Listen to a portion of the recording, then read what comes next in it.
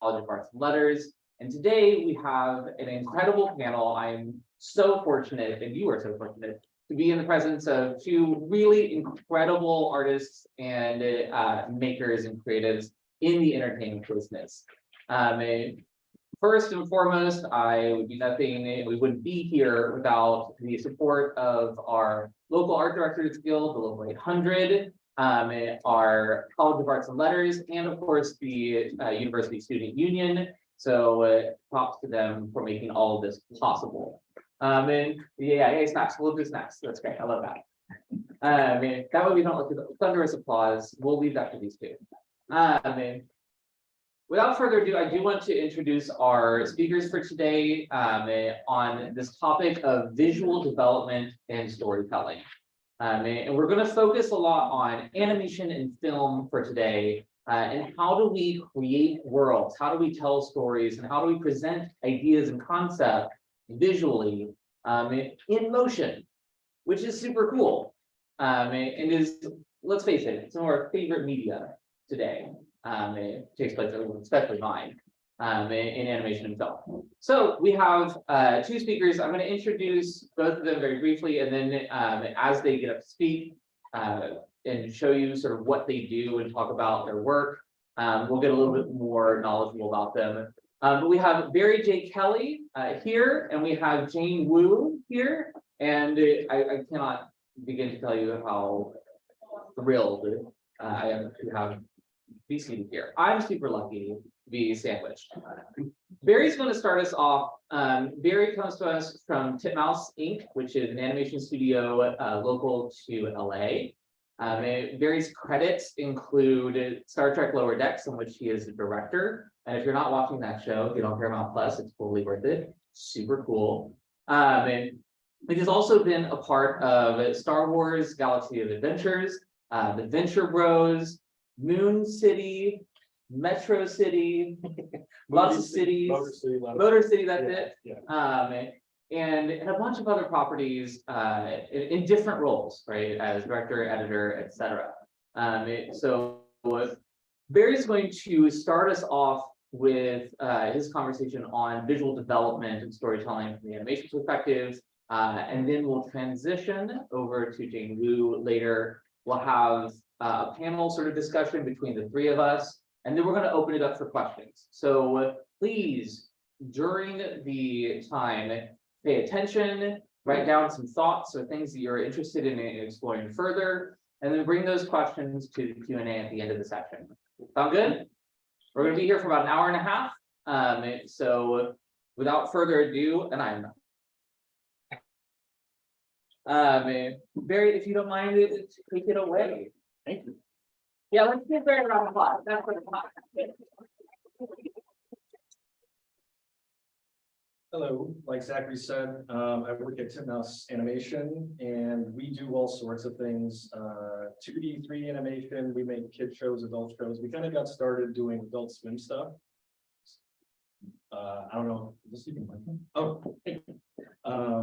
But we kind of got started with Adult Swim stuff. Metalocalypse was kind of like our big show that we got started with, but we make, right now we're currently making Star Trek Lower Decks, Legend of Vox Machina, Critical Role. We're making baby shows, like we do kid stuff, we do adult stuff, we do everything. I kind of land in like our sci-fi adventure area. That's kind of what I've been doing for the past few years.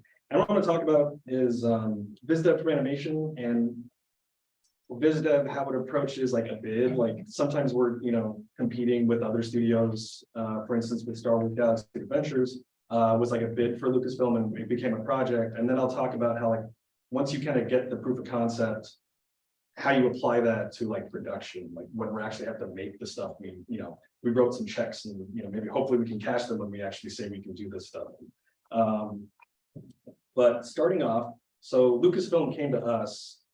We had a little bit of a relationship with them. We did some shorts with them, and they pretty much said Hasbro is making a bunch of toys. They want to make some cartoons, like 1-minute shorts that go along with them to help sell them. What would you guys do? And that's kind of the fun part of our job when we're doing the day-to-day stuff. Every once in a while, there's like a bid or like kind of like just something that comes through where we can pitch something. So it's developing a pitch. So we make a pitch deck which is kind of like, we use Google Slides or we use, PDFs or whatever, just to kind of get like a tone or a mood of what the project could be.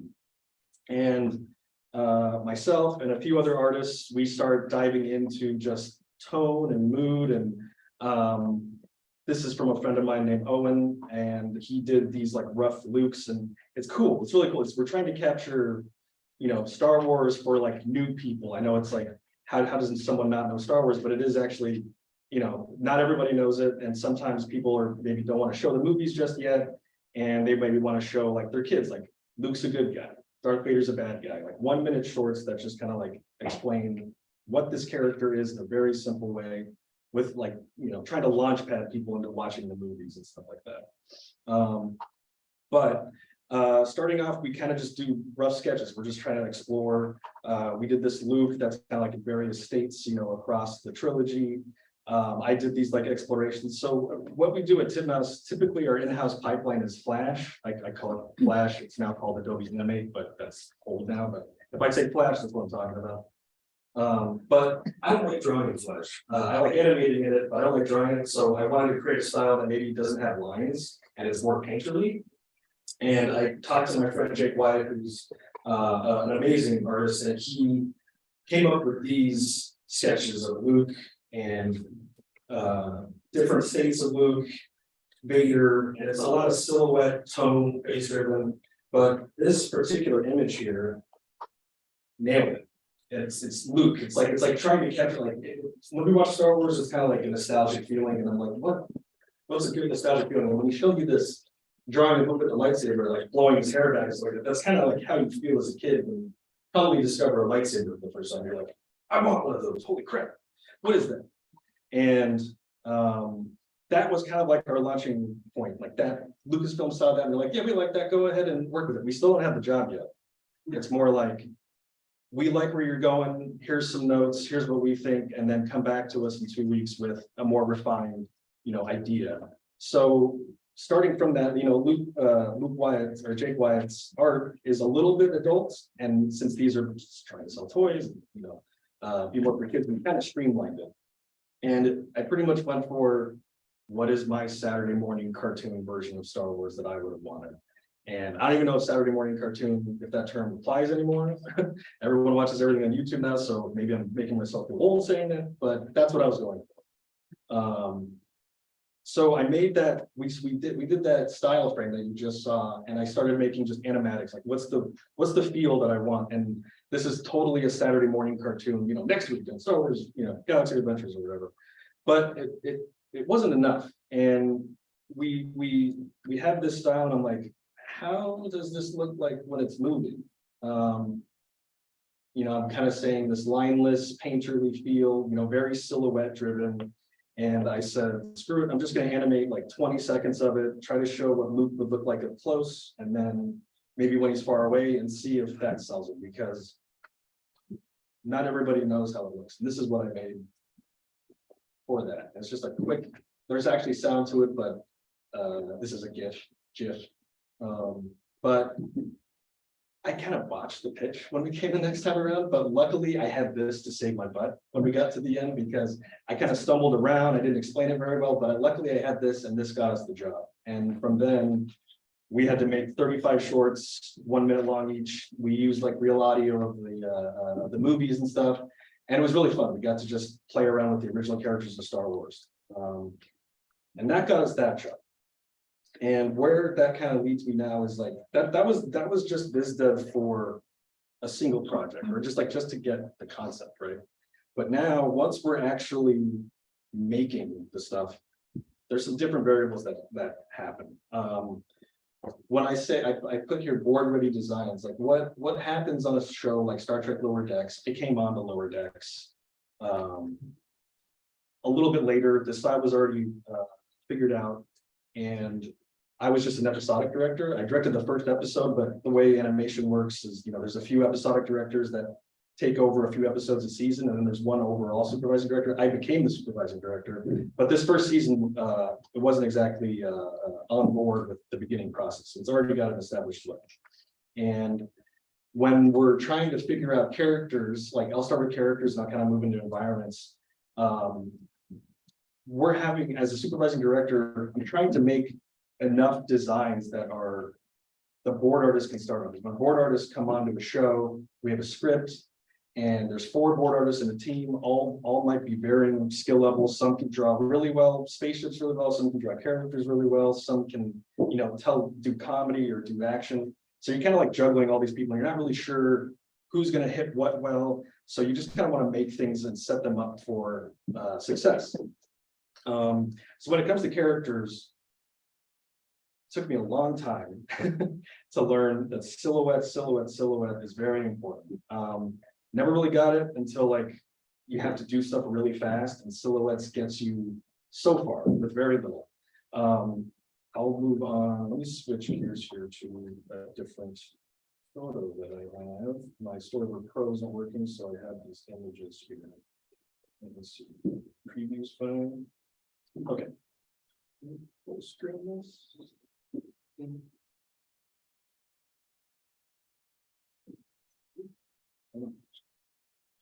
Oops, slideshow. Oh no. Okay, this is so on lower decks, like on that sheet, I said like silhouette, volumes. Like our characters are, they look pretty flat and graphic right here, but we have volume. Our show is like, it's a sitcom like Family Guy, Simpsons, etc. But we still want it to feel shot with the camera. So when I say like, if you hear me say like setups, like that's a live action term. It's like camera setups. You're gonna put the camera here and set it up, and that's an angle, and you're gonna set it up somewhere else. So the way our show feels is that it's actually shot with the camera set up. There's depth. The characters have volume when they move their arms. They're not like a flat graphic plane. So like they're like noodle people essentially. And these down here. So what I'm trying to provide board artists is shorthand versions of the characters that they can easily identify, and that animators can pick up, how to interpret these expressions or whatever. Even if they're not completely on model, the animators will know what to do. Characters have skulls in them. There is like, even though they're cartoony and the mouth goes all over the place, there is some dimension in it that we're trying to maintain. But with silhouette, what I mean is like, you can tell who all these characters are, and you can tell where they're stepping, the depth. You can feel the depth, like this foot right here on Hulk is a little higher than the back foot. Spider-Man over here, you can tell that this arm is in front of this arm, and it's all 2D flat. So like, it can get a lot of the work done for you, and people can fill in the gaps. So that's what I'm constantly trying to like develop as I'm thinking about character and backgrounds too. But this was a character that we were having trouble on, and it's more like when our showrunner looks at this, and it, like a storyboard artist was drawing this, not one of our character designers, and style is kind of getting in the way. Like this could look like a character on lower deck, sure, but the way it's drawn, like just the strokes and everything, is kind of making it look like a kid's show.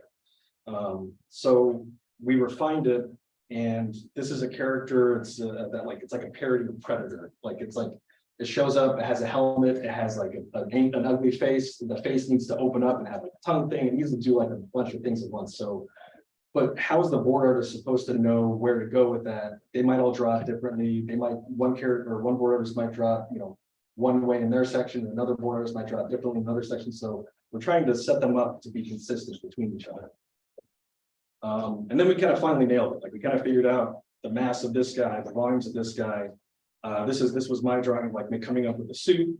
I call these like sleeper problems, where like there's a character or environment put in our show, but it actually has like 4 or 5 different versions. Like for every, even like a character getting like an earring pulled off, and later on, this still counts as like 2 character models. So like you kind of have to account for every version of a character is a character, like even though it could be the same. Like, I'm talking about VizDev here, but in my head, I'm thinking about it 12 months down the line when it's boarded and animated, and like, oh gosh, what's the problem I'm going to foresee if we don't track? His costume changes. He's going to take off the helmet turns off, and then he has to be in his hunter gear. But before he puts on his hunter gear, he actually needs to get naked. And we see tattoos on his back, so he looks like a badass. So there's like a bunch of variables we're trying to set up for our team. And then I kind of, to show the team what this character can do and how they can move, what looks best for a hunter, like a guy with a spear. So we give him some spear poses. He rips out bones of his body just to show them like where they can rip stuff off. It's just enough to get them started. I'm going to start going into some environment stuff here where I visited about locations, but just to give you some context, this is a really weird episode of Star Trek Lower Decks that's kind of like a parody of Avatar. It's like subverting it instead of like, you know, like the savior that comes to the village and becomes part of the tribe. It's more of this ugly, stupid computer that falls in love with a giant hunky bird man. And so it's kind of like there's bird people that have to live in like a, you know, like a giant bird tree village, essentially. And this episode is we had to visit way more than others because, you know, a usual Star Trek episode, it's like you got the characters on the ship. There's usually something happening on the ship, and then there's like a B story that's happening on a new planet. There's always like some kind of sci-fi problem to solve. But this episode kind of spins the whole thing on its head, where it starts off in this Avatar movie for like 3/4 of the way, and then turns into it connects into a Star Trek Lower Decks episode. So we had to develop like pretty much a whole new show for one episode. So what I typically do is I'll give our board artists setups, and these setups are kind of like shots linking to one another, backgrounds like this. I'm trying to like give them, this is a storyboard profile. So all this has layers that they can use and pull, and they can kind of turn into other shots. But the idea here is that there's a part of the script where the hunky bird man leads the stupid computer into this tunnel and kind of shows the history of this village and kind of reveals that there's these ancient spaceships underneath the ground. But all that's kind of like the story in the script. There's the script and there's the page, there's the locations and the dialogue that's written in the script, but there's a story within that needs to happen that the board artists might not always see, that I have to kind of help them, you know, get the scope of. So he leads her to this waterfall where there's these cool, you know, bird statues kind of guarding the path. They enter there, so each shot is going to connect from the previous setup to the new setup. So we see they came through the waterfall, they walk. I'm also setting up screen direction for them, that all these shots should go left to right so that we know that they're progressing more deeper into this cave. And then there's a mural they walk by that kind of shows the history and kind of give them an idea for the mural.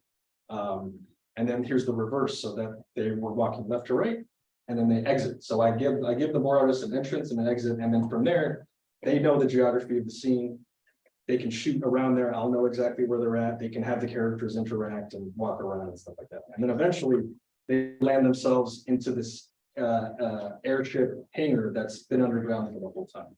And the script is very vague. It doesn't, the benefit of Star Trek Lower Deck scripts is that they're pretty generic in description and detail, which gives us a lot of freedom, but that's also deceptively hard in that you can do anything. I'm like, well, okay, what do you want then? I don't know.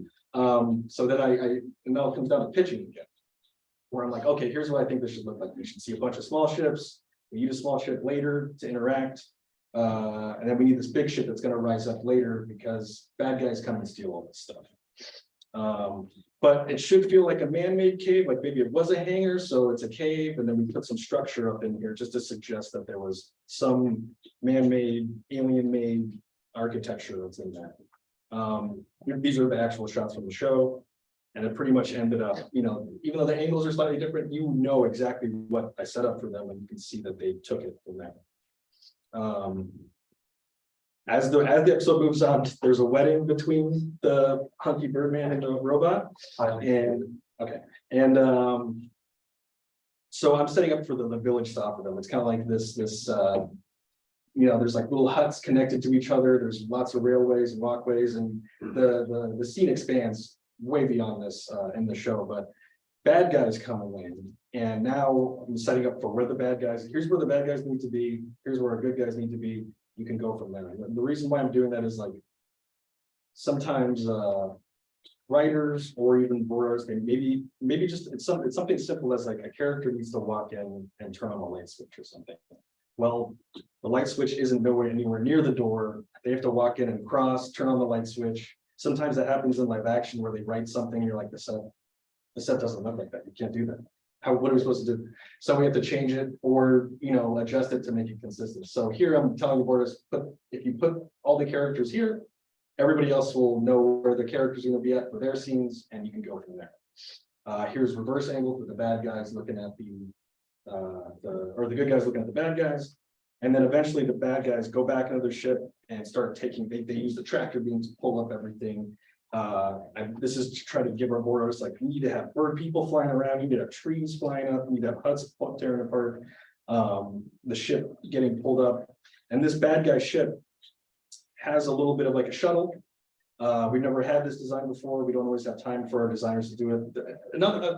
Something I forgot to say is another reason why I'm doing this now is that our designers don't start till after boards are done, because in animation, it's not like live action where you can just shoot, a bunch of footage and then edit it together later.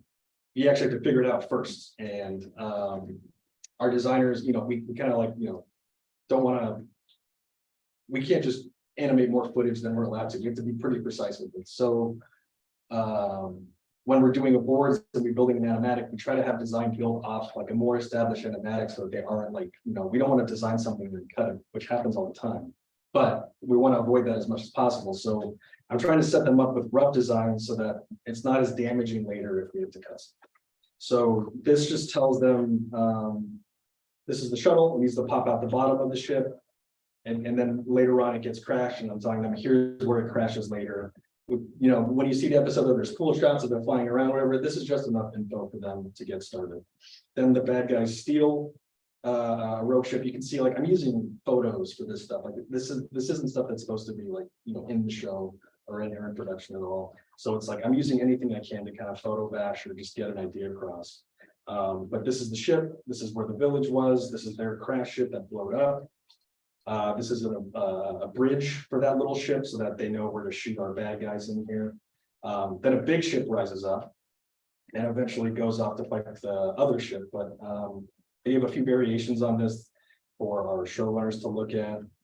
And you can kind of see that, like, these are kind of the beats of the episode, but there's still a lot of work for our board artists to kind of fill the gaps in between. Our hunky Birdman takes off in his big ship and saves the Cerritos, which is our Star Trek ship, from the bad guys. And this kind of indicates, we're giving them 3D models, trying to indicate what this needs to feel like, where this big ship comes and saves the day. It's what its weapon effects can look like so that they know how to, apply it to all the other shots where the ship's shooting. And this is just a photo back here, but when you look at the show, you realize, like, I was just using it for the horizon line. This is how far above the planet we need it to feel. And here's just a few more random. That's kind of the main stuff I was going to talk about. But the rest of these are just more setups from other episodes, giving characters really rough boards. And these are all layers for our board artists to use. I'm trying to give, like, proportion and scale, an idea of what these characters should look like in each environment. This is because sometimes we're time travel episodes get pretty crazy, because it's a lot of locations all at once. We can't ask, it's me and my art director doing these like 2 weeks before board starts. So it's like, we're not going to hit everything. We're not gonna be able to design everything. So it gets looser and rougher, but as long as, like, they have an idea of what to go on, like these two shots here, this is all the board artist needs. We got a front and reverse. We're looking at this octopus scientist down here reading water. We have our characters here looking at it, and then we have the reverse looking at our characters now looking down on it. And we have close-ups. You could go close-ups into here. You could, shoot the octopus tighter, and we know exactly what we like. Okay. And yeah, the rest of these are shoeboxes, but the main idea is just when we have, 50, 60 artists working on different, different pieces of different episodes at a time, doing background or doing characters, whatever. This is all just trying to set up everybody's best. That's it. Yeah, we're gonna have more time for conversation and questions afterwards. So let's give a round of applause real quick.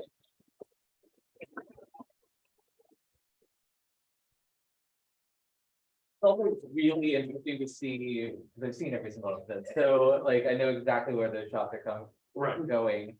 And it's just fascinating, like how it goes from literally like a couple lines and some shading to the final product. And that is a great segue for our next artist, who is Jane Wu. Sorry, you can hear me without the microphone? Wonderful. I'm loud. Jane Wu is a storyboard artist. So we started like, I wanted to start with Barry as a big picture, kind of directorial level look at the process of visual development. And then Jane Wu is infamous as a storyboard artist, specifically for like fight scenes. You've done a bunch. You've done everything. But her credits include Shang-Chi and the Legend of the Ten Rings, Mulan, Thor Ragnarok, Spider-Man into the Spiderverse, which I need to talk to you about this way because that's super cool. I love that one. And I mean, I could go on. The list can truly go. Red Notice was one of the most recent. Puyo Puyo, the video game, is now no. I didn't do that. Oh, that was Some credits end up getting on IMDb, I don't know. also really interesting. There is an actress named Jane Wu, and she has the name IMDb as well. That's not me. Completely different person. So thank you for that interjection, Yeah. and oh my God, the amount of work that you do, Yeah. I'm tired, Yeah, sorry, that was exhausting. it's amazing. So hi, everybody, I'm so happy to be here, and earlier I was saying, that I started out on this campus 35 years ago, so this is the first time I've been back on this campus in 35 years. I have no idea how amazing the student union was. We had a happy little brown building called the student union and stunk all the time. So I'm gonna give you a little bit of context for me, because I think Barry did such a great job in kind of establishing what the biz dev is. I kind of wanted to give you a little bit of my journey and what I do now and how this will envelop in that all in. I was a student here 35 years ago in the LA County High School for the Arts, and I was one of the first 100 students that started that school in the King Hall. So I'm very familiar with the campus, and so that was back in the 80s. And to give you more context, I'm 54. So when I tell you that a long time ago, it really means like back in the early 90s and stuff like that. Okay, so just to give you that timeline and context, I started out as a fashion designer, and I went to Parsons to learn fashion and to do costuming. Somehow did a left turn somewhere and ended up in animation because I had a love of comic books, which started my collection, and my collection overgrew. And then my buddies and I opened up a comic book store, because what else do you do with boxes of comic books? And so I started doing penciling comics, but back in the days, there were no women in the industry. So, but that's kind of where my taste and what I like to do, which was, in the comics. So my first love is in story, anything story. And I only Marvel, I don't DC, just to be fair. So I've met a bunch of comic book artists that transitioned into animation. And so I transitioned with them into animation. That's how I got started in animation. So I knew nothing about the industry. I didn't go to school for it. Everything was learned on the job. The only thing I knew I could do was draw. That's it. Right. So from there, I started in the character department because I could draw people and I can draw clothes and I know how to design clothes. So that's what I did for about a year on first season of Men in Black. And then that's when we actually had to start, the Saturday morning cartoons, right, the proper way. And back in the day, there were no computers. Everything was on paper and everything was on painted cells. So it was called analog, right? From there on, 3 years later, I got to supervise, direct Men in Black, and because in the middle there was starting my storyboard career, and I knew nothing about storyboarding. I didn't know when to cut. I didn't know when to pull for a close-up. I didn't know camera direction. I didn't know anything except I knew how to draw. So I had some friends really show me books I had to read, So it was really like a summer where if you put on the Eye of the Tiger and all I did was train, all I did was I trained and I came home and I trained until something clicked and we got it. So I storyboarded for a couple of years and then 3 years later, I was supervising Men in Black third season.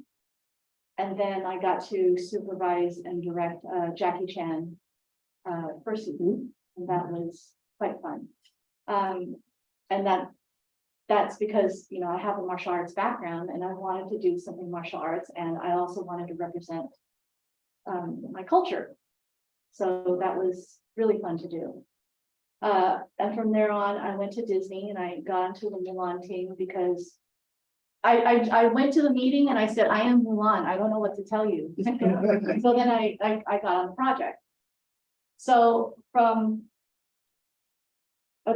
there, I developed for Disney for a little bit, and then I went on to Tinkerbell for way too long.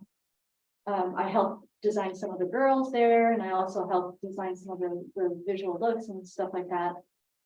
And then out of the blue, I get a call from Joss Whedon saying, I heard about you. I want to meet you. And I go, oh my God. So I literally have to like gnaw my ankle loose to get out of Disney to join this little company called Marvel that wanted to do Avengers, because they heard from 2 separate sources that I did action. And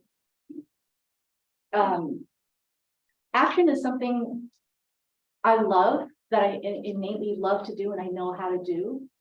And but there just wasn't a lot in animation, because you either have to be an action adventure or then that's it. And most of it is comedy. I am not funny on paper. I'm funny on person, but I'm not funny on paper. I can't do that kind of style of comedy because that's just not what I grew up with. I mean, I'm not born here. I'm born in Asia, so my diet is predominantly anime. So I don't know how to do that kind of Western comedy film.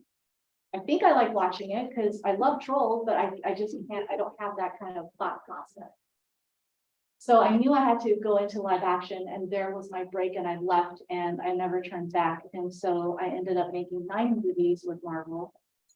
And then I had to gnaw my ankle free from Marvel to work another project. So what do you want to see? Spiderverse. Spiderverse. All this talk about live action and not wanting to do animation.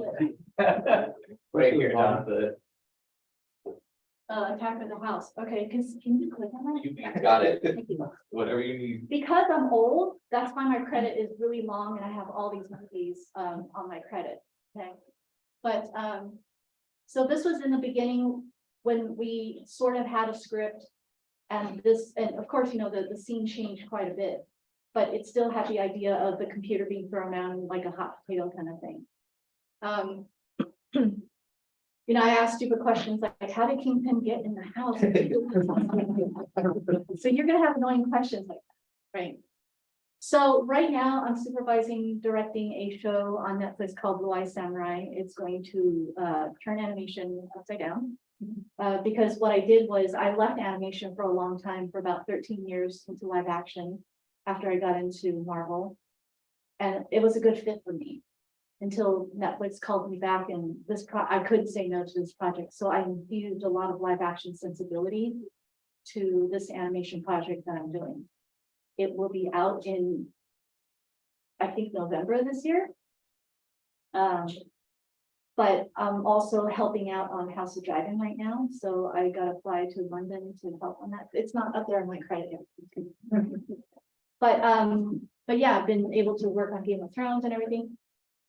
So my job predominantly is visual storytelling. So even if I'm supervising directing right now, it's sort of like what Barry does, which is how do you connect the world together, and how do you direct teams to make sure that everybody is on the same page?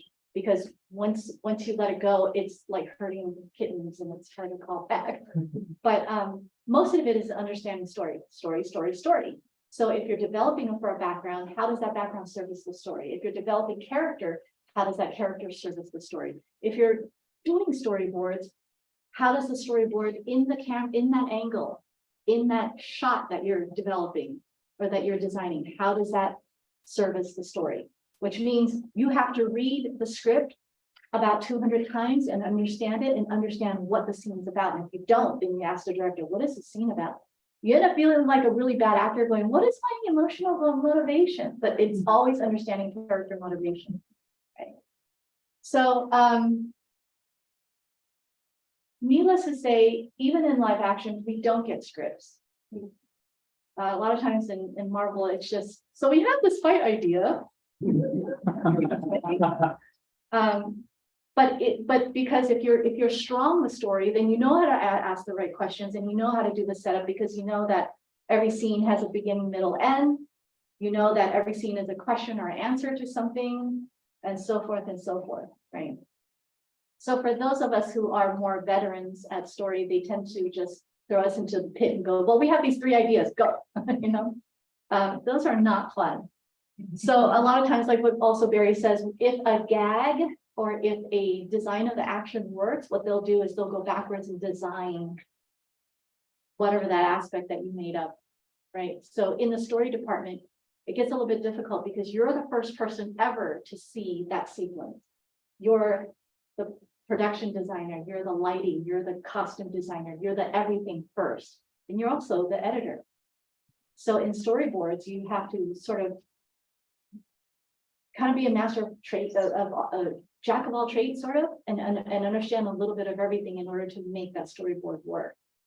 I know that for me personally, because I've always dealt with bodies and I love figure drawing. So if you're going to get into storyboarding, have to know figures, period. And then you have to know perspective, period. You don't know these 2 things, don't even bother. Okay.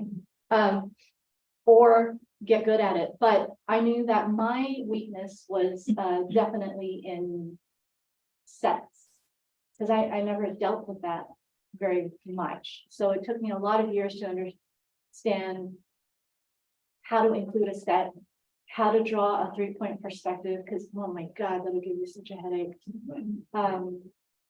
But mainly, most of all, in what I do, if you look at these are always, you have to turn in a sequence every 2 to 3 weeks, no matter how many pages you have. And I always get stuck with 7 to 8 pages to board, if not 12.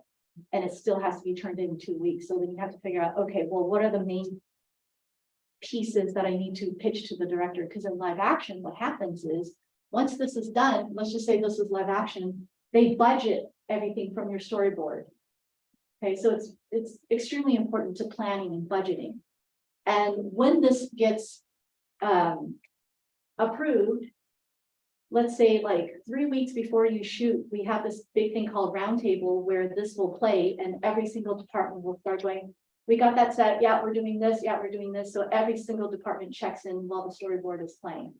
You know, you'll discuss every single shot so that once we get onto set, everything is ready. So in live action, it's all about prep and planning, because once you're on set, that burns thousands of dollars per minute. You can't have anybody go, well, I don't know, can't do that, right? So in animation, in that way that once you commit down to it, you can't really change it. So both of these have their differences. One is in the beginning of it, you have to make your decision. And then towards the end, when we're about to shoot, you can change a few things, because in the set, we can say, you know what, I want the door on the other side. Will that affect the storyboard? Yeah, then I'll just go back and reset where that guy came in from. It's okay. Or sometimes the directors can handle that. In live action, we only board stuff that has stunts and VFX. Talking scenes, like if I'm sitting here talking to you, that does not need to be boarded out, because a good director should know where to put the camera.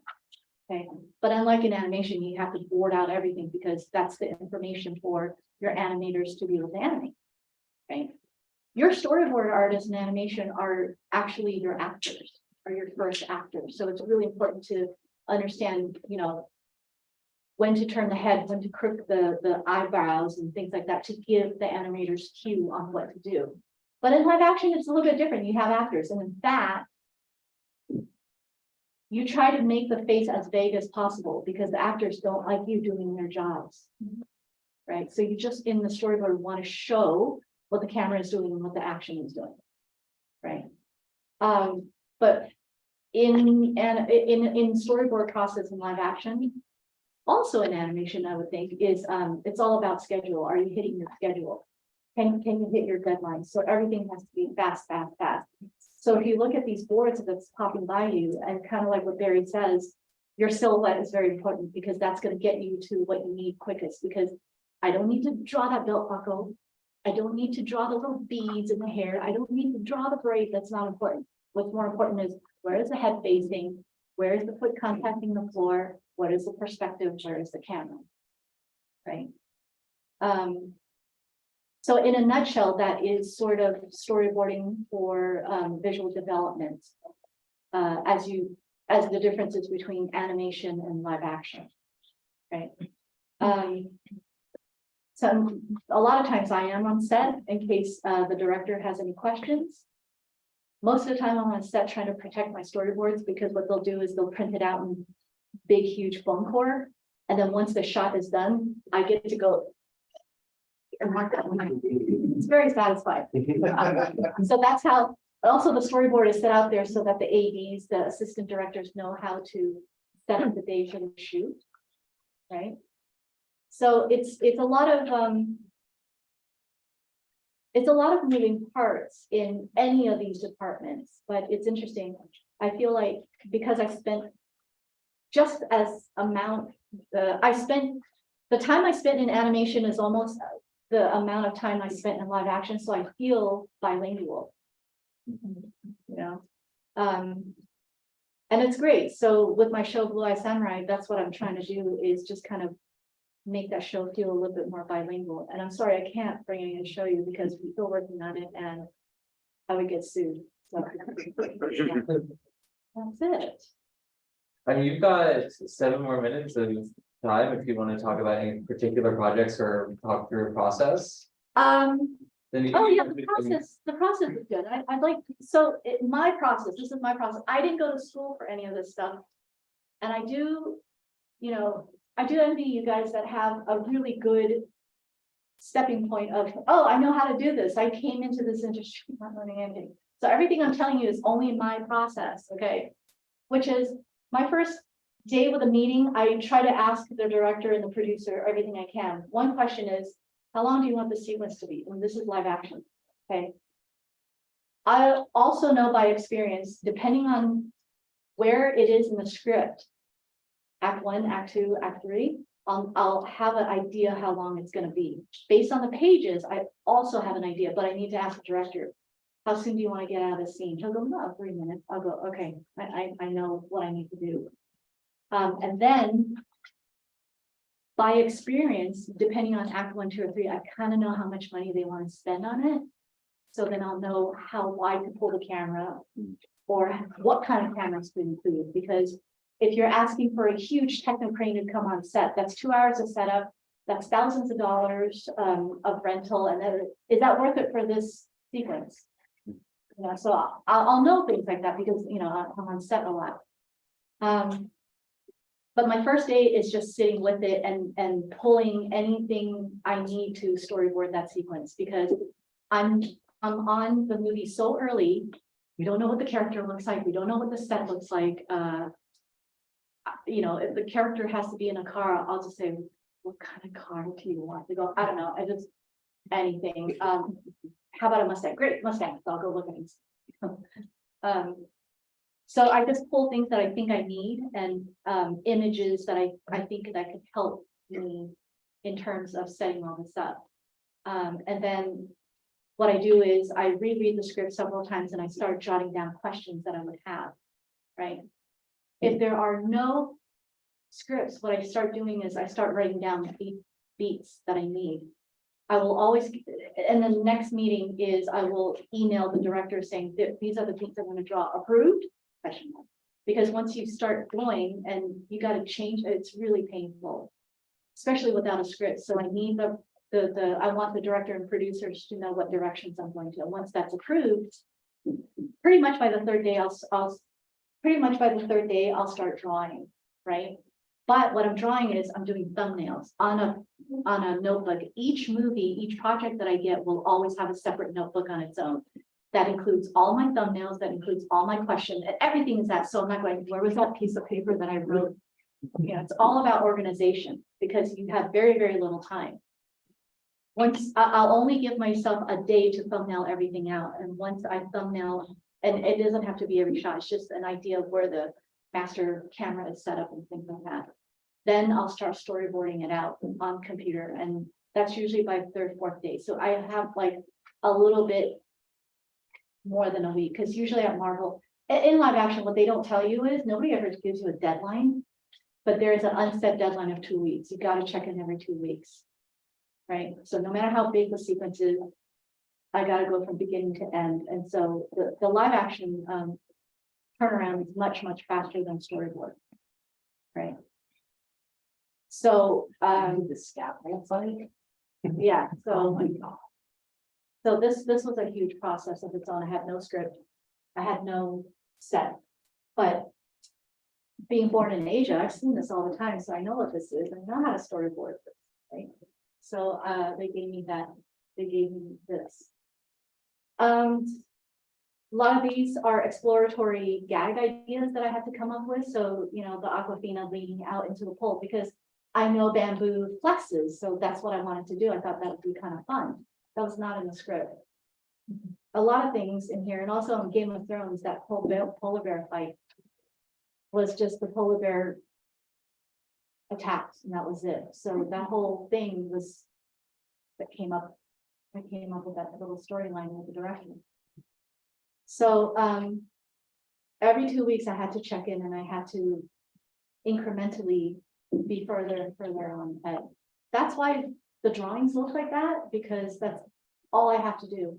I have to time my panels. If I don't get done with a panel by 3 to 5 minutes, I won't make my deadline. So if I know that a sequence is going to take about 400 panels to draw, because I can start counting panels in my head, I'll go, okay, I have to turn this in 2 weeks. Okay, that means I have to hit 70 panels a day.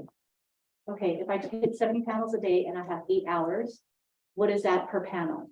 It gets that minutia, which also means I have to tell my family I'm not reachable for the next week because I got to do this. And I shut myself in the room. And somebody slides me meals under the, I never come out until this is done.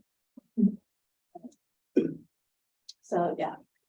And we can move into the discussion between us if we want. Like, I've got a million questions. Sure. And I'm gonna stay up here so that we can Sure. see the folks over there. And I think both of you mentioned pitching, right? You pitch to different people at different stages of the process. And I'm just wondering, in your experiences, what do those kinds of pitches look like? Are they actual presentations? Do you sort of just like have a conversation with someone? You've got some drawings you're showing. But I think that, you know, we talk a lot about pitching in our classes, and we talk a lot about like how to present work effectively. What does that look like in your day-to-day? Mary, we'll start with you.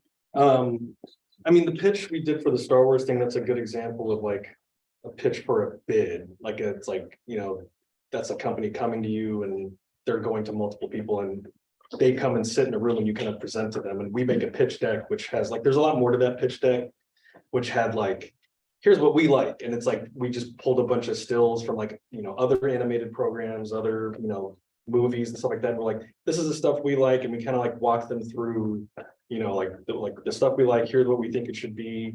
And in those kind of pitches, it's like me and an art director. There's a few of us that kind of support each other. But on a feature like film, like there's a movie that came out recently called Rumble. I think it was on Paramount. I worked on it like 8 or 9 years ago when it was called Monster on the Hill. And that pitching was much more like Cartoon Network style of pitching, which is like, it was for that. Well, this director also preferred that, like, which is there's a script, but you can add a bunch of gags. There's a lot of freedom. You're thumbing stuff, and there's no voices yet. There's no nothing, and you have to sit in a room and actually like I'm performing for them, like, and that sucks. I don't like it, but it's a lot easier now. Like COVID actually kind of made it easier to pitch because you're like, okay, I can just record myself and then I can play it, and then at a quick time, you know, like they have a movie that they can watch. EndNote, whatever, but a lot of, some animators are really good at that, or some board artists are really good at that, and some just aren't, so like I feel bad, like sometimes a pitch cannot, might not go well, and then, that means your gags aren't laughed at, stuff like that, but that's much more like the Cartoon Network, like there's outlines of scripts, and you as the board artist, you have to just get good at selling yourself and performing in a way like Jane said, like you're an actor, you're like an actor, director, editor, you're timing out the panels and stuff like that to try to get the timing right. That's where you're like, yeah, you're just essentially performing, which is can be stressful, but once you do it a bunch of times and you stop caring about, who's behind you or watching. And you like I was an editor for a long time, and I'd had like 6, 7 producers behind me, all shouting out different things, and like you just kind of get used to working with different personalities, and knowing who your audience is. Jane, did you have to embody Mulan when you pitched? I also have to do some stunt work for them, yes. Really? Yeah. Okay, that's the coolest thing I've heard. Yeah, you got a 50-year-old to keep jumping like that. I'm like, no, my knees are swelling, no more jumps. But, so my pitching is a little bit different in that, I bring my computer, and then these storyboard panels, I click through them. I don't want to edit them because I'm not an editor. And quite honestly, I don't get paid to edit, I get paid to storyboard, so I refuse. So I will just pitch it to them. And that means that you have to know your sequence really well and flick through them and pitch, and know when to hold that panel a little bit longer because you have a few more things to say, know when to voice that character, know when to do the sound effect, which I'm not really good at. But for Mulan, what was specifically difficult was there were specific martial arts moves that I would literally have to keep pose and animate. And the previous artist, and it's a drawing, it's still hard to understand, and it's a scratchy drawing, right? So I had to bring my sword into the studio, and I'm out there in the grass going, no, it's a flower twist down to a bit, and then so they have to film me and all that stuff. So there was a lot more work into that because those are specific, authentic movements that you're trying to get into the film. So the pitching, so when I'm pitching that, I'll just say, I'll actually use what that movement is. I'll say, this is a flower into a drop stance. Nobody knows what that means if you don't do martial arts. So they'll just like, I can tell when they go, what's that? And then they'll call me in and I'll do whatever that stunt is and show them. So it is important to know your sequence, know your story. It sucks to pitch. I hate pitching, but I got good at it. Also, the time that I spent at Disney, what was really cool was they taught us how to pitch. Back in the days when they had enrichment programs, part of it was to teach us how to pitch old school. And when we say old school, which was remember I told you that it was a long time ago before computers.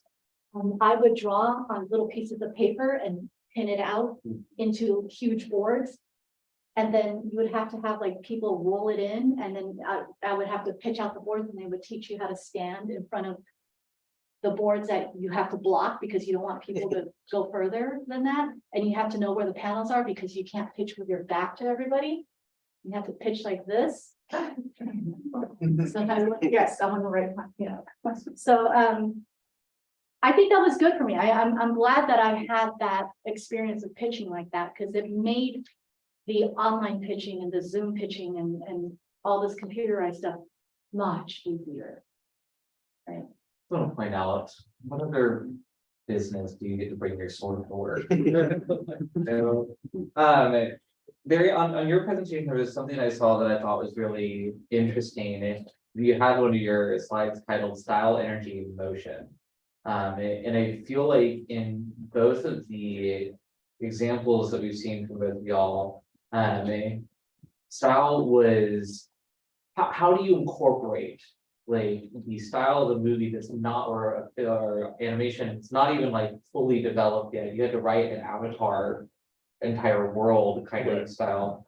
How do you develop that on a very basic script? Polar bear attacks. What goes into these key parts of your storyboard and your visual process?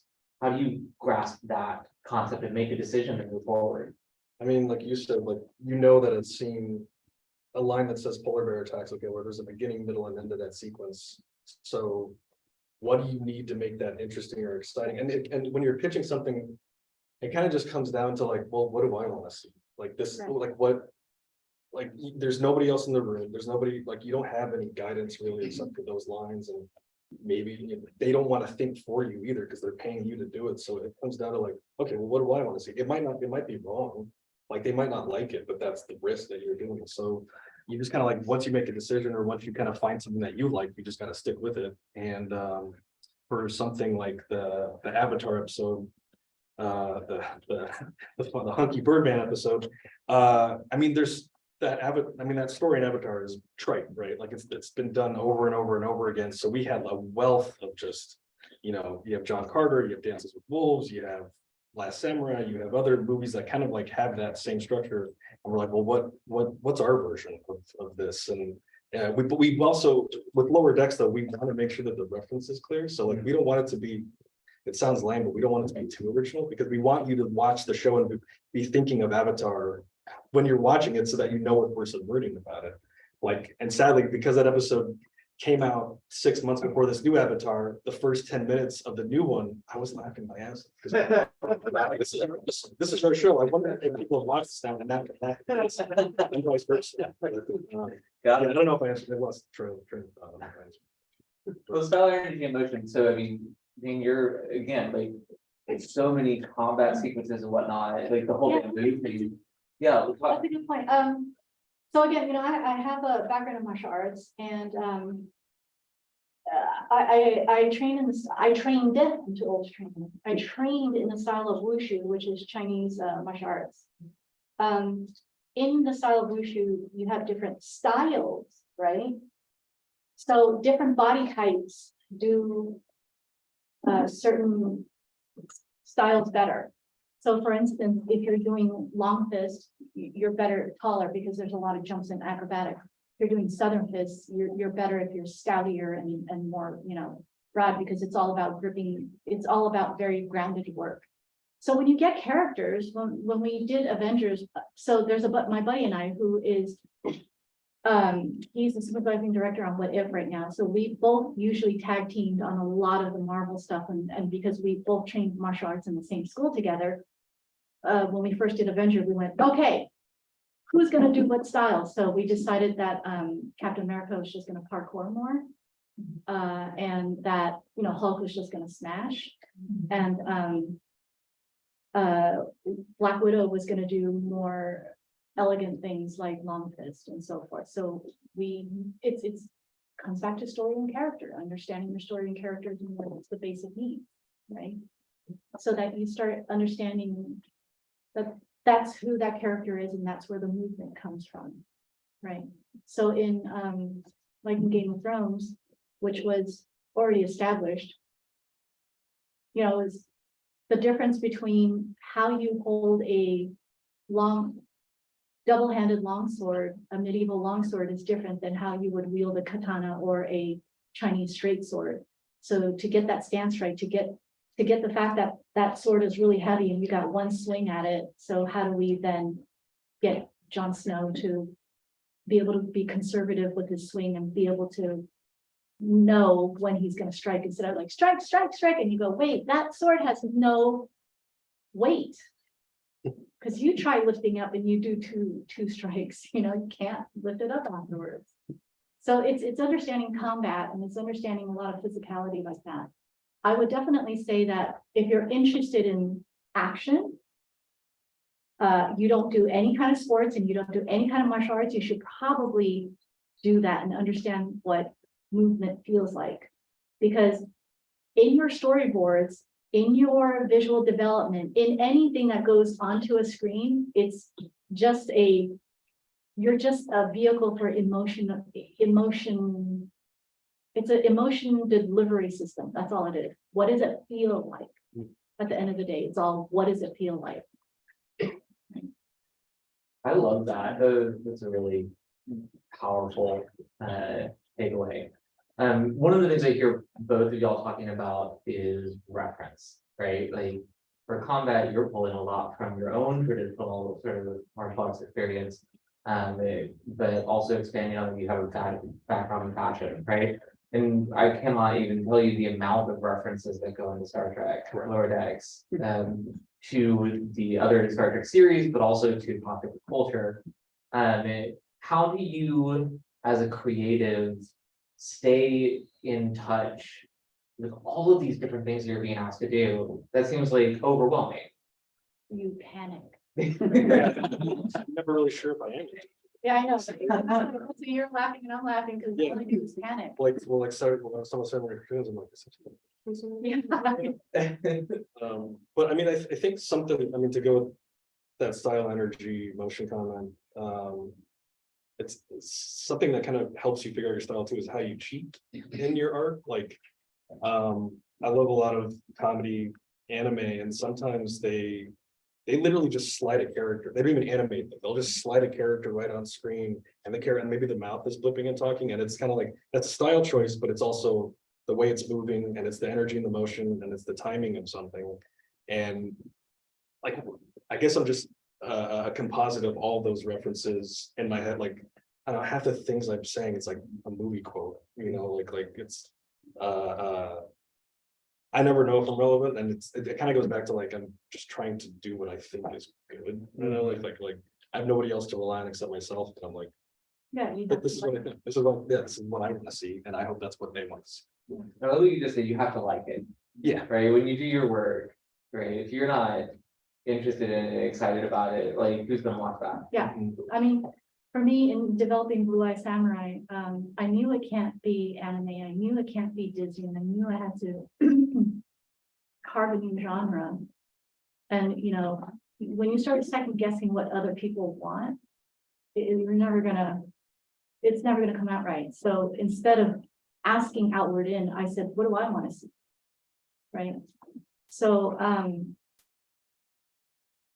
I think with Barry, you kind of have to be kind of compulsive, obsessive with certain things, right? So I'm compulsive, obsessive with action and very, very niche, specific martial arts film. Because, you know, because I grew up in Asia, that was my bread and butter. So I've seen things you guys have no clue that existed. Like, I was watching Michelle Yeoh's like earlier films, and you guys had no idea who Michelle Yeoh was, right? Cynthia Rothrock, Michelle Yeoh. Oh, I mean, this is good, but I mean, we're talking about stuff. So pre-Jet Li, like. Great, yeah. Yeah. So the people that I trained with was all the people that trained with Jet Li. We're talking like Wing Chun, like. Oh, yeah. You know, and Once Upon a Time in China. Yes. So, Excellent movies. yeah, except for 3. Don't watch 3. Then they changed that main character. I'm like, oh man. But okay. But I am a walking encyclopedia, like Barry is a walking encyclopedia of that genre that he likes, and I am of what I like. So whatever you like, you do have to have an obsessive quality to it to be able to go, oh, I know exactly what that means right now because this connects with this. So you have to be like a human Jarvis when somebody goes, where was that scene? And you go, oh yeah, that was in Vietnam, you know, part 1, the part where he goes, like, oh, wow. Okay. Love the Donnie Yen reference. The internet makes it so much easier. Like, I wish I had the internet, because it's like, we used to track this stuff down on VHS. I used to record Saturday morning cartoons on VHS so that I could watch stuff, because I didn't know if you were ever gonna see it again. Like, there wasn't you guys got it easy.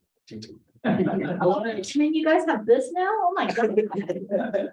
I do want to piggyback a little bit on it, something like we're all sort of your own embodied cultural references and whatnot.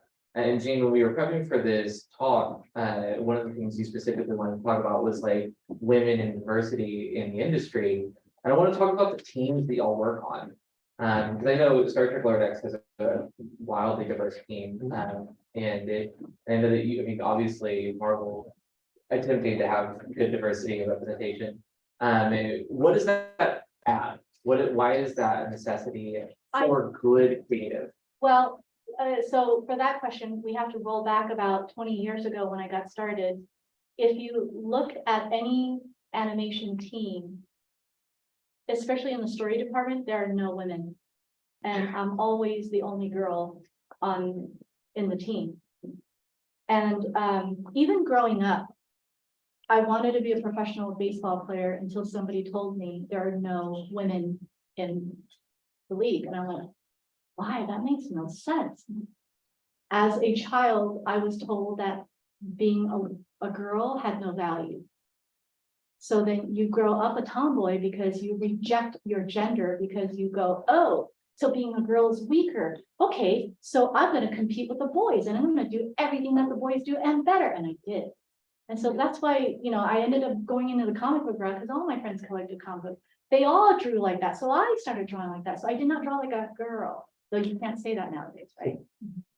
When I was at Comic-Con, when it used to be Comic-Con and about comic books, and I was drawing in the comic book, you know, the comic alley, the artist alley, I would get comments like, hey, you draw pretty good for a girl, right? But 20 years ago, that was the case. And I said, hey, thanks, you too. And you have to figure out how to get around that, right? And I knew that I knew my action chop, but because my name was Jane, you're never going to look at a girl's name first. You're going to look at a Brian, you're going to look at a Brad, you know, a Brad, you're going to look at a Brian, you're going to look at a Barry. You're going to look at all these things first before you get to a Jane, because what would a girl know about action? Right? So then I went ahead and just used my initials, J. Wu, and I let my work speak for itself. And so back when we had portfolios, remember that? When I walk in with a portfolio, they would say, oh, the office is there. I go, no, I'm the artist. I'm like, oh. It took me a long time to understand that I had to stop competing with the boys. Because when I competed with the boys and I tried to do stuff like they did, it wasn't my voice. When I found my own voice, when I realized, oh, you know what? It's not about cool shots. It's about story. It's about how you get your audience to connect to that character and be relatable. So maybe this shot is cool, but I can't tell what's going on. Let me just simplify this character. Let me just focus on what the character is feeling. Pretty soon my boards were memorable because you remember what happened in those characters, you know? And then I realized that no, I don't have to play basketball with them at lunch all the time to try to fit in. I don't have to get good at Tekken to beat them to fit in. I'm just going to do my own thing. So for you girls out there that want to be in this industry, my biggest, it's a little bit easier now because it's more accepted. But being a woman of color and the wrong gender, you know, the wrong color and the wrong gender, it was very hard in the beginning. So your work has to be twice as good, and you have to bring in your deadlines, period, because they will not give you a second chance. And especially because I was the wrong color and the wrong gender. So I'm not an overnight success. I'm a 25-year success. And every board that I turn in, every project that I turn in, I make sure it's meticulous. I make sure I'm professional. And I make sure that I can be relied upon to be a team member and to solve problems. And you build your reputation and your name slowly like that. My hair is pink today because it's me accepting my femininity as a power and not as a deficit. And after every Marvel panel that I do, I always remind everybody that your biggest testosterone action sequence is designed by a middle-aged mom. What a mic drop moment. Barry, can you talk about the team you sort of built over at Lower Decks? Yeah, the show's created by Mike McMahon. He's from Adult Swim. He also runs the show Solar Opposites and has a few other shows coming out now. And he writes amazing scripts. And Star Trek, like the whole philosophy of Star Trek, like it's funny to hear now, like it went from a 40-year-old franchise like Star Wars that has angry fans to a 50-year-old franchise that has angry fans. And it's funny now to get criticized as being like a woke show, quote unquote, when Star Trek was like the original woke show, the most progressive woke show. So the industry is just hot for, you know,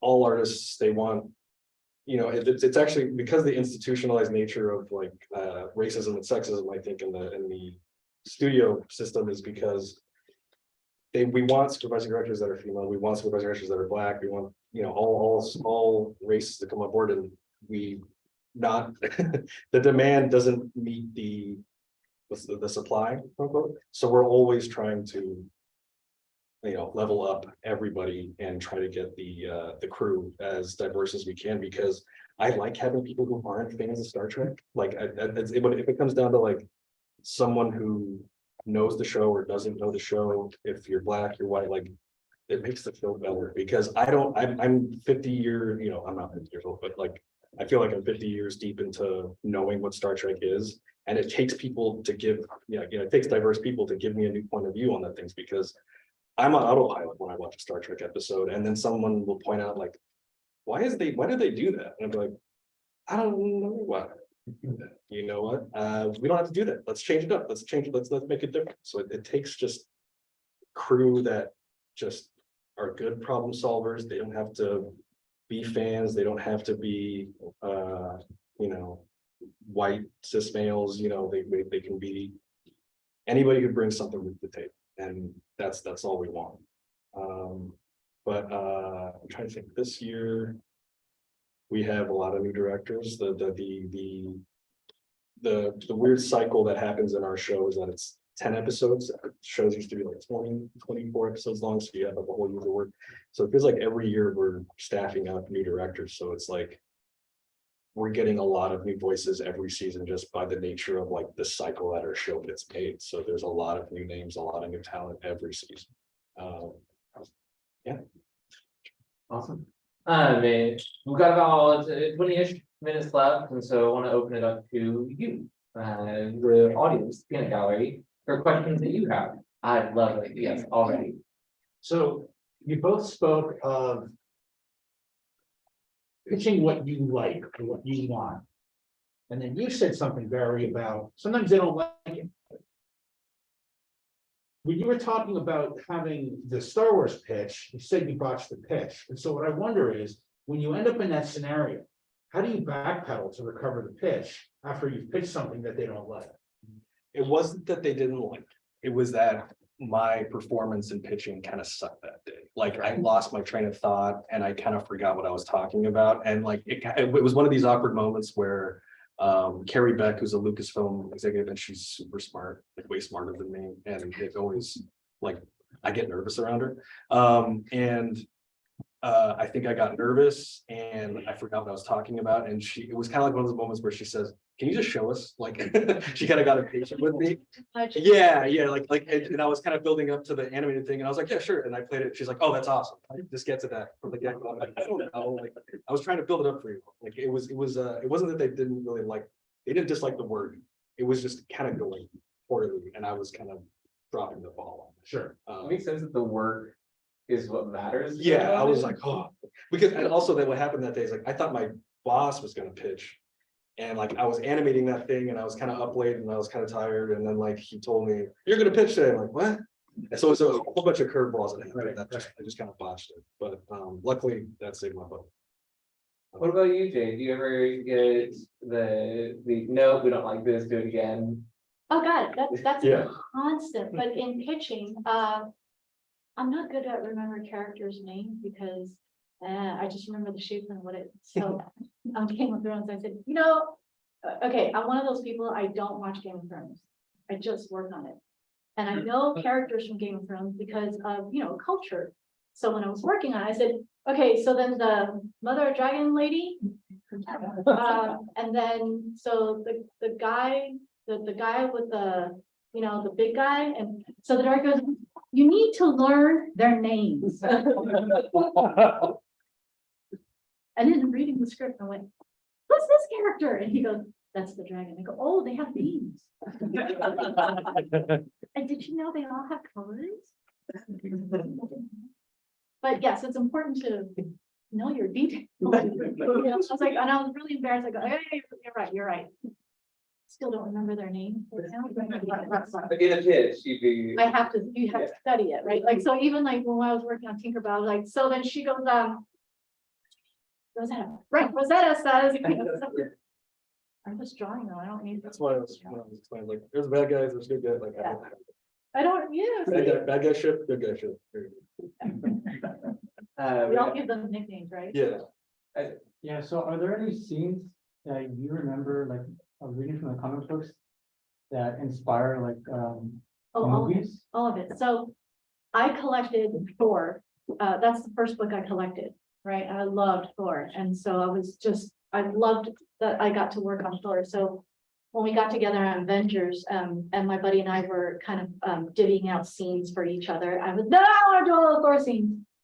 So a lot of the shots that are on Thor for Avengers were like straight out of the comic books that I remember.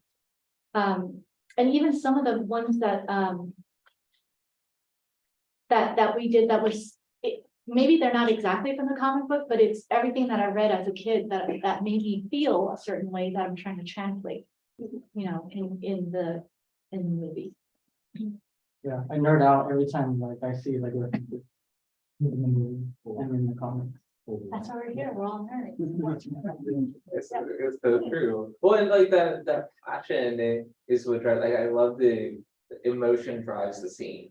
And the moment you understand what the emotional punch is for you and for the scene, like, I mean, Thor's a god, a literal god. Like, of course, you're gonna have like an upward perspective to make him look big and whatnot, and you're gonna throw him around because he's fighting the Hulk. The Hulk's massive. Yeah, your work is incredible. But yeah, that's fun. Jane, so I was when they were showing the examples of all the boards you've done in the past, specifically for Spiderverse, I was very blown away with how different the fight scene is compared to like what we all eventually saw. So I immediately thought of floor plans, like, you know, Yes. when you come up with a board in a fight sequence, how long does it take you to kind of come up with a floor plan to kind of come up with all When the the beats? director, when I got on really, really super early, and I was already working on the show, and I was asked by a friend to come and help do an action sequence, right? In that house, I said, what kind of house is this? They said, oh, it's just a brownstone. I know a brownstone. We have a brownstone in New York. So I just took our brownstone footprint and started, you know, you guys got this now. I started taking pictures and angles of it, and then going, yeah, that's my floor plan. That was it. You gotta use what you have. That scene is in your house.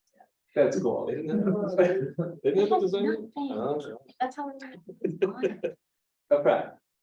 This is like, both you guys, so like, if I were to, like, go to, work in the same position that you would be, would my portfolio consist of strictly like storyboard, or would it be like character design and like different? This is a tasks? great question. What do you show in your portfolio nowadays? My suggestion is always pick what you think your best foot out is, right? I know I can design characters, but I know I can do boards better. I have 2 separate websites and 2 separate portfolios for that. I don't ever show people, I can do this and this and this and this, because when I'm hiring you, I go, I don't know what you want to do. So if you want to do development, then have another portfolio or Instagram, whatever you kids do now, and say, this is my development work, my visual development. This is my character work. This is my storyboard. And then when you get a job and go, hey, we're looking for storyboard. Oh yeah, let me send you my storyboard stuff. Right? Don't send everything. Because a lot of times when we're hiring, we'll have like, we need to staff up like 2 background artists, and we'll have 20 websites, and it's so like the ones that have way more stuff, I'm like, do you do characters? Do you want to do backgrounds? And you might be good at all of them, but I'm like, but then in my head, I'm like, what does this person want to do? Like, are you gonna, if we hire you, are you gonna jump for a character design gig? Does you just want to really do that? Like, it's hard to tell. That's all. And also, if it shows that you did everything, then how much of that time did you actually do that? Right. Right? Like on my site, there's nothing but storyboards. So it tells you how much time I've spent in storyboards. Right? So if Barry says, I need a storyboard artist, he'll look at that and go, oh, that's all she does. Yes. Right. I have an Instagram that's just like personal art and stuff like that, but I have like, if I get requested, I have just a G drive of like, I have a folder that's just storyboard work, and I have a folder that's like directing work. And the directing storyboards, it's just animatics, it just shows the boards just exactly like this, like James. And then the directing one has like board, it's a separate video that has boards next to like the final episode, like the actual shots like back. So I'm showing like, this is what, but I'm never gonna send, if someone's looking for director, I send the director stuff. I don't send them the boards. If it's vice versa. Well, that, in the creative design, it's very similar, like, if I'm gonna be hired for branding, then I'm gonna show you a branding portfolio, right? You're not gonna show them copy. right? I mean, yeah, you don't need to see that. And so specializing, and honestly, like, having a drive, having several websites, awesome, cool, maybe $14 a year, something like that. But having even just things you can send out, PDFs, G drives, like links to something repository online, really, really helpful. Because what really matters is the work. If you show the work and you show good work, then that makes up for, amount, right? If someone getting started, right, nowadays, very well, we'd be able to speak a little bit more about this. What are you looking for in an entry position?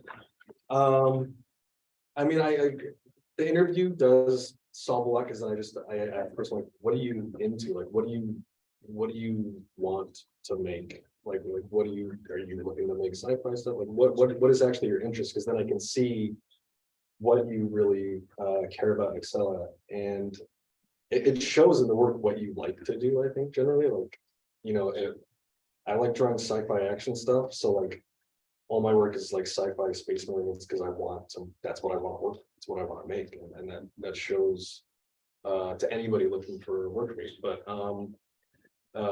as far as entry level, figure drawing is super, like for storyboards, like figure drawing is super important, perspective is super important, because you can kind of tell right off the bat if one or the other is not aligning, like the figures aren't standing in space.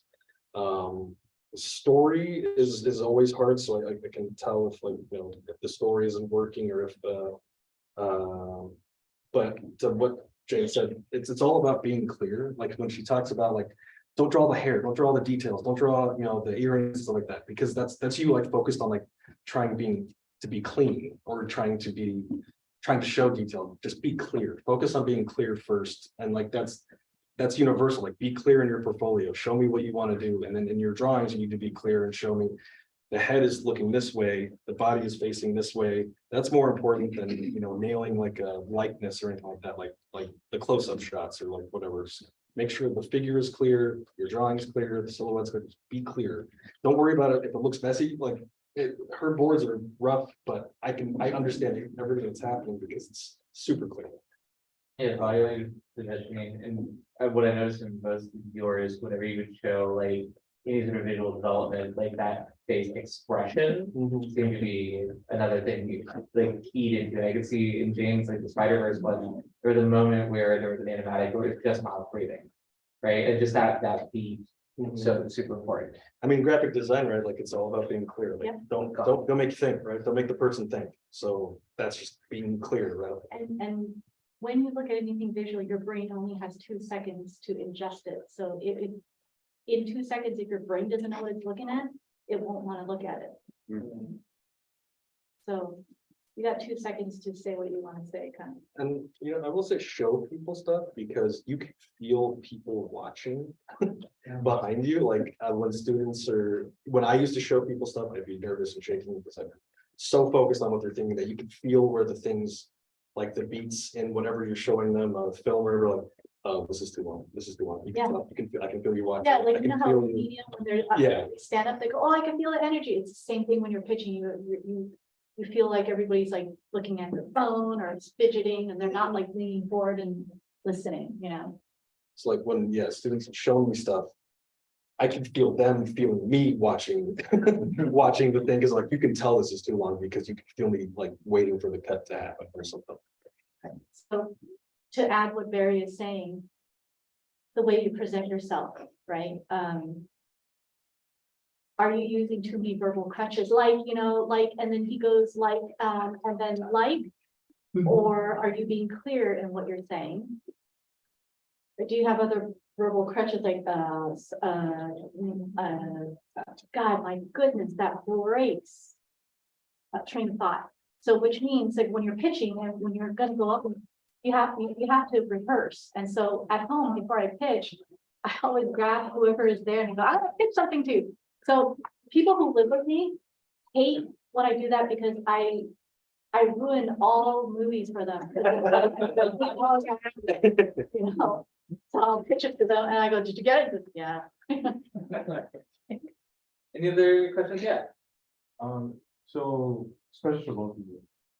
You spoke on how pretty much the work you guys have done is pretty much based on you guys beating to your own drum. In terms of your creative arsenal, how diverse would you guys say it has to be in order to be, you know, it for the job? Like skill or like, Right. like your portfolio? In terms of skill. Do you do 3D stuff? I know nothing of 3D. Okay, so I'm like an old dinosaur, like I can draw and turn a set faster than I can work Maya. But that's because of money. But if your skill set is solid and you don't need a computer, and this is just me being old and talking like this, right? But if you don't need a computer, do you know how powerful you are? You don't need an extra tool. And it's always great because in previs will say, oh, I got this set and this set for you. I'm like, yeah, but I can't, you know, screw it. I'm just gonna draw it because I could kind of, if you give me 3 views of everything, I'll figure it out. You know, but that comes down to fundamentals. How strong is your fundamental skill set? I did teach quite a bit and I love teaching foundation courses because that's where it starts. Good habits and good foundation can take you anywhere and can. I'm a fashion designer that turned into film. I mean, but I had really strong foundation. Right. So your foundations in animation in these visual developments, you mentioned life drawing, and Yeah. so figure, you mentioned perspectives. Is there a third sort of like Color key theory. color theory? Yeah, values and color, Yeah. you know, like that's really Yeah. important. And yeah, like she's saying, like with like being on paper, it's just like those foundational skills translate to every. Right. Like the software gets in the way, like Blender, through Maya, all this stuff. Like it kind of gets in the way. Like if you can get comfortable with them, that's great. But the same skill, the same basic foundational core set kind of like applies to all of them. Like framing up a shot in Maya, you're going to frame it up the same way in Blender. I'm going to frame it up the same way in Storyboard Pro. I'm going to frame it up the same way in After Effects or any other program. I'm still like just looking at the silhouettes. Do the values read? Is the shot clear? Is the angle clear? Is the drawing clear? Like it's still the same visual image making that goes into. In every single visual art, the same. Yep, it comes down to the same 5 classes that you guys have taken. Very much. That is basically time. So I want to first and foremost thank our panelists. We can.